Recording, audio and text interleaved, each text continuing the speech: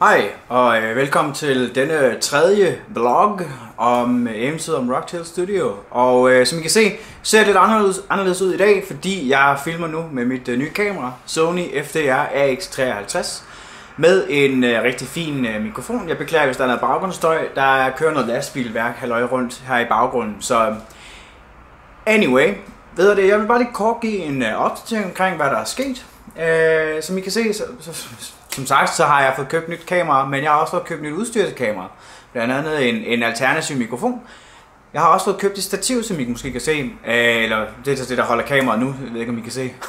Anyway, jeg har også været i snak med en rigtig god ven og skal til et møde her den 14. september med FO Aarhus, hvor jeg skal ned og præsentere ideen om et kursus, og hvordan jeg forestiller mig sådan et kunne forløbe.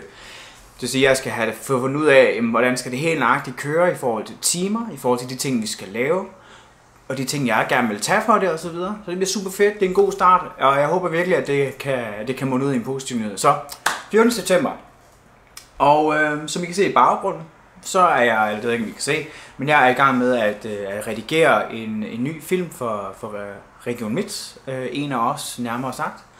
Og denne gang handler om deres tur på Smukfest i år, som jeg desværre ikke kunne være med til. Men jeg sidder nu og fletter den sammen og så videre, og har fundet nogle der er nogle rigtig fine optagelser, så jeg er rigtig super spændt på at se, hvordan det kommer til at se ud. Jeg er nu blevet færdig med første udkast i går, efter cirka 9-10 timer. Så det er ikke så galt. 10 timer for at sortere i videoerne og finde ud af, hvilken af den her ensemble af optagelser, som jeg kunne bruge, inddele dem i kategorier og finde ud af, hvad kan jeg bruge, og hvad der er mest kød på, og hvad kan måske mest af alt bruge som indhold, eller fyld og så videre. Så det er super fedt. Og ja, som I kan se her, så er der tidslinje hernede, lægge det hele sammen og så videre. Så det har jeg brugt de sidste 10 timer på, og det er super spændende. Jeg er virkelig spændt på at se, hvordan det kommer til at se ud. Men det var sådan midt om det. Og så en lille personlig note her. Jeg er super glad for det her. Jeg har i ret lang tid haft lyst til at købe en Sony Vaio Pro. Jeg tror ikke, at jeg kan løbe fra, at jeg måske... Jeg vil ikke sige, at jeg er en Sony fanboy. Men jeg kan lide deres Vaio-serie. Og jeg har længe haft lyst til at købe en Vaio Pro 13, men jeg synes altid, de har været for dyre selv brugte. Der har de altid ligget på omkring de 6.000-7.000 kroner, eller måske mere 10.000 nogle gange. Og så lykkedes det mig fandme at finde en her i Aarhus til 4.000. Og så kan I se, så er den her. Det er lille svin. Jeg vil sige, jeg er latterligt glad for den her. Jeg synes virkelig, den er så fed, og jeg har, lige siden jeg første gang så den, der har jeg været helt aldeles forelsket i den. Jeg har virkelig altid haft lyst til at købe en. Så den er jeg super glad for. Og jeg er sgu nok lidt af en Sony fanboy. Det er også et Sony kamera, jeg bruger, så jeg kan nok ikke løbe fra det. Jeg bruger også Sony Playstation, så wow. Men jeg synes bare, designet på den er simpelthen bare, det er så lækkert. Hold da kæft, mand. Det kan jeg så ikke farme ned over. Og den er så behagelig at skrive fra, og batteriet er så latterligt. Der sidder også sådan et ekstra batteri på her, så jeg tror, den holder samlet set. Altså med de to, altså det er jo faktisk 2 batterier i en.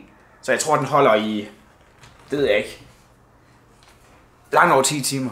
Og den sidste bærbar, jeg har haft, der kunne det var en MacBook Pro, som jeg var sindssygt glad for. Netop på grund af batteriet. Jeg synes, det var så fedt, at den kunne holde så lang tid. Men Mac og Windows er ikke altid bedste venner. Så det endte med at blive til et nej tak. Og jeg har også haft apropos Mac. Nogle af jer vil nok også undre over, hvad skete der med iMac'en? Det var den, jeg plejede at filme fra. Den er væk. Jeg solgte min iMac her forleden, og da de så havde afhentet den og taget med hjem til Horsens, hvor de bor, så får man den besked, som ingen sælger har lyst til at vide.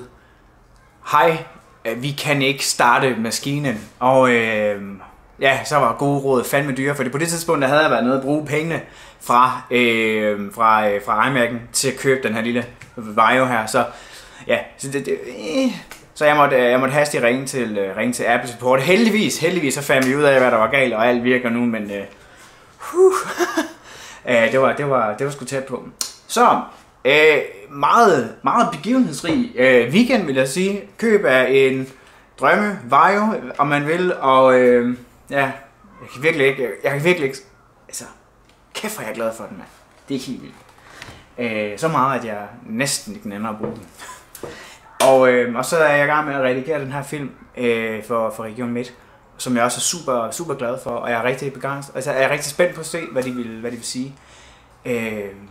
En lille personlig stolthed er, at da de snakkede om, at de skulle lave filmen, så efter sigende, så skulle en af ledelsen, eller hvad man vil kalde en af de højere herrer, skulle have spurgt, om det var mig, der skulle lave den, og så åndet lettet op, da han fandt ud af, at svaret var ja.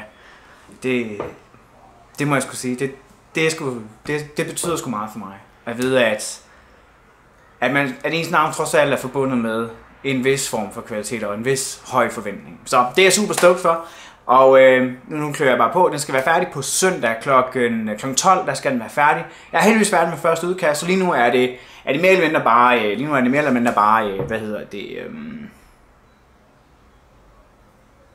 detaljerne. Det slår mig lige, jeg har siddet og kigget på mikrofonen i hele den her tid, så jeg håber ikke, det er distraherende, at jeg har kigget hen over hovederne på jer. Det er fordi, den ser lidt spøjs ud. No. Anyway.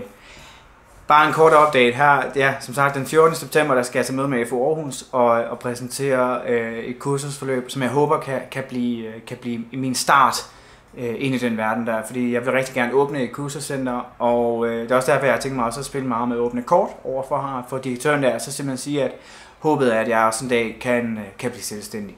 Og efter sigende, så skulle han ikke være afvisende over for den type idéer der. Så jeg er meget spændt. Og ja, det var egentlig bare det. En kort opdatering her fra det vilde Aarhus og det vilde liv. Så ja, og som altid, tak fordi I så med.